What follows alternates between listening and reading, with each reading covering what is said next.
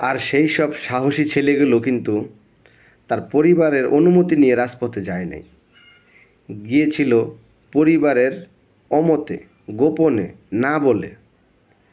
আর ওই ছেলেগুলাই যারা ছিল পরিবারের লাঠি, পরিবারের স্বপ্ন, বাঁচার উদ্দেশ্য, সেই ছেলেগুলোই আজকে পঙ্গু হয়ে গেছে, অচল হয়ে গেছে।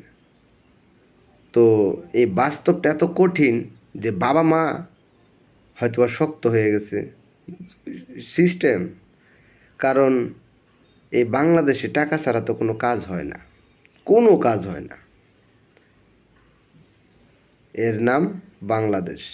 তাই প্রতিবারই এই ছেলেগুলা একবার তো মরার জন্য গিয়েছিল, বাইচে আনছে, আল্লাহ বাঁচায় আনছে, এখন আবার মইরা যাইতে চেষ্টা করছে।